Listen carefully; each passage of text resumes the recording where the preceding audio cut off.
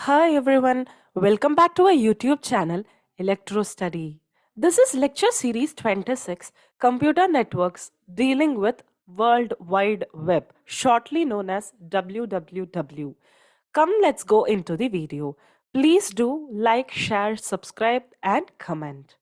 So, what is World Wide Web? As we all are familiar about this word World Wide Web, right? So, this idea of web was first proposed in 1989. It was an European organization who proposed it.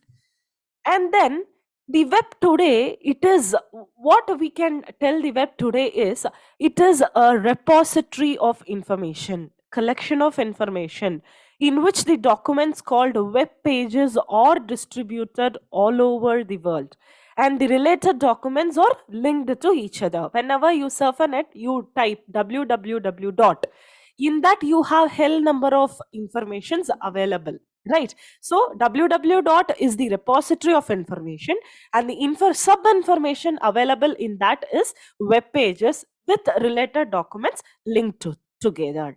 The popularity and the growth of the web can be related into two terms. That is, one is distributed and one is linked. These are the two terms. So, what is distributed? So, distribution is nothing but it allows the growth of the web. That is, each of the web server in the world can add a new web page to the repository, to all the information where it is available, and you can expose it to all the internet user without overloading the servers. So what is linking or linked called as? So linking, what it does is it allows one page to refer to the another web page. So the another web page will be stored in any other server in the world. It will be located in any other world. So the linking of the web pages will be achieved by a concept called as hypertext. It will be achieved with a text called as with a concept called as hypertext, which was introduced many years before the advent of the internet. Then came the hypermedia. So it keeps on the growth keeps on changes every year and every decade. Next is you will be seeing the architecture, how a client and server model in in a world wide web is designed. So this is the architecture which is being designed, and you have three different files. If you see, you can see A, B, C. That is file A, file B, file C. So three different files you have, where file A is used for request and response, and file B is used for retrieving the copy of the image, and file C is used for invoking and retrieving. So say suppose the first transaction, that is request or response, retrieves a copy. That is, it takes a copy of the main document. What is the main document here? This is the file. File A is the main document, which is as a reference to the second and third file. So this will be the reference of the second and the third file. So now when a copy of this main document is retrieved or browsed, the user can click on the reference to the image to invoke the second transaction, right? And one can also retrieve a copy of the image file, which is a file B. So if the user needs to see the content of the reference text image, he or she can click on the reference pointer where it is available, and he can invoke the third transaction. So that is copy of file C. So he can invoke and retrieve the main document. Right, now you would have understood. So this is the complete architecture of a client server model. Next we will be seeing about, so in browser you have web client and web server, right? So here you will be seeing about the web client, that is the browser. We tell client as a browser.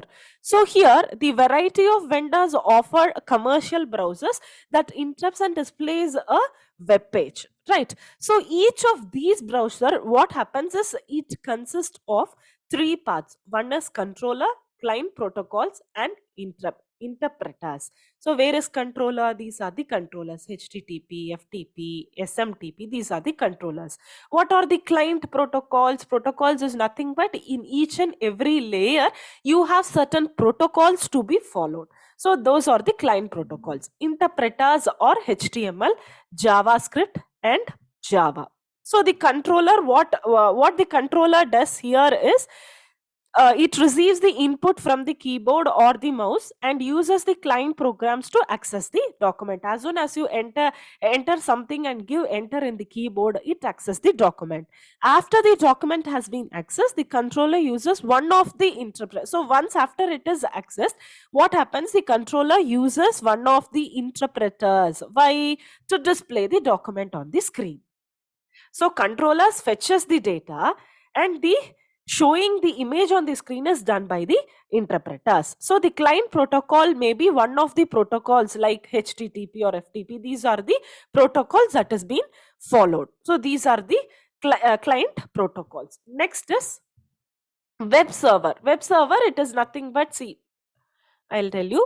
I have just normally I have told what is a web client, because it is a huge architecture model. Web server is nothing but the web page that is stored at a server. Each time when you request something, the corresponding document which you are requesting is sent to the client. Say, suppose if you want to increase the efficiency of fetching the document, then the server will normally store the requested file in the cache in memory. Okay, you have a cache memory where it will store. So as soon as you access the document, it will give you a result where the efficiency is still more higher, right?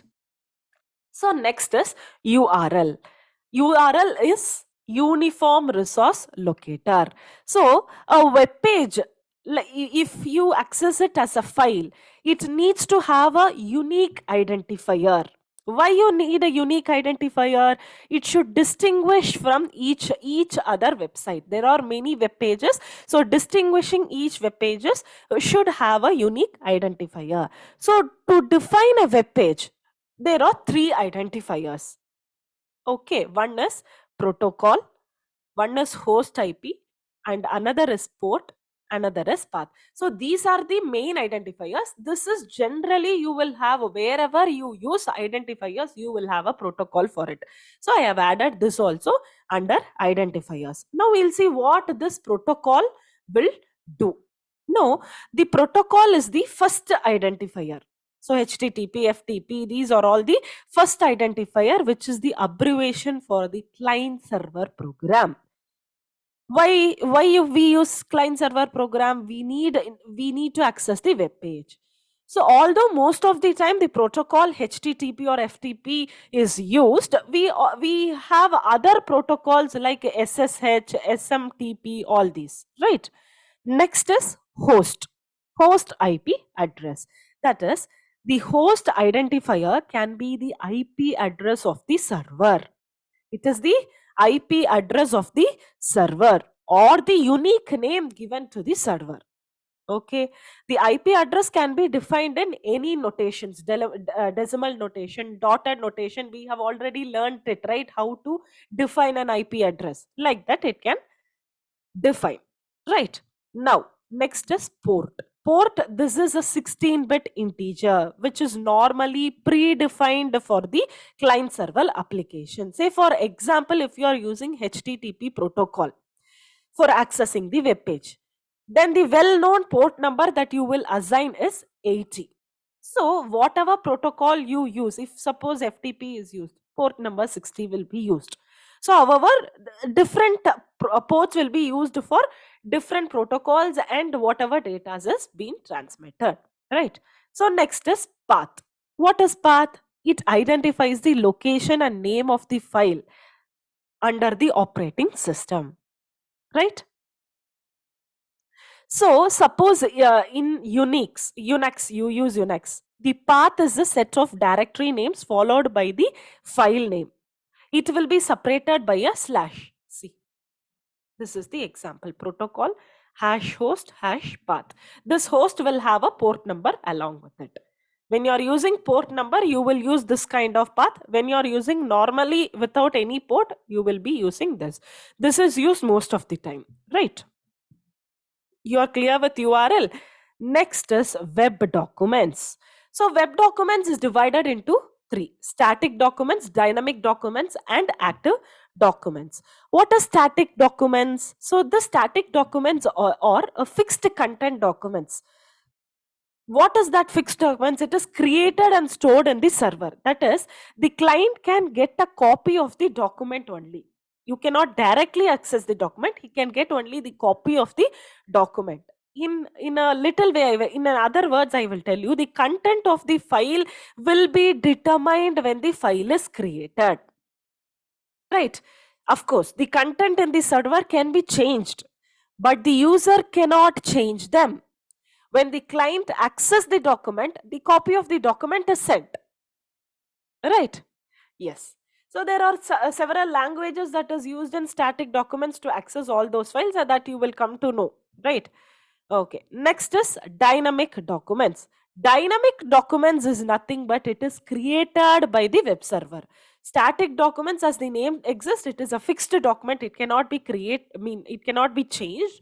But dynamic documents is created by the web server whenever a browser requests the document. Right? So when a request arrives, say suppose some request is arrived, the web server runs an application program that creates the dynamic document. So the server will return the result of the program as a response to the client, right? So there you will have all informations like time, date, all those informations will be provided, because you're handling with dynamic documents for a safety purpose. Like all the time and dates will be maintained, so that we can know that what kind of documents is sent at what time, right? Next, active documents. So for many application, we need a program or script to run at the client side, right? So these are called as the active documents. What is that? Whatever application you run, we need a program or a script to run that at the client side, right? Say for example, suppose we want to run a program which creates animated graphics on the screen, then it should interact with the user.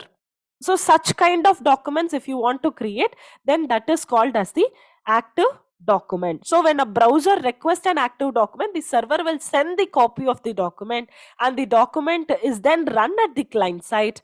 And one way to create an active document is to use Java applets. Okay, how active documents is created? We can use Java applets. So these are the three web documents that you have to remember. Clear? Please stay tuned for further information. Thank you.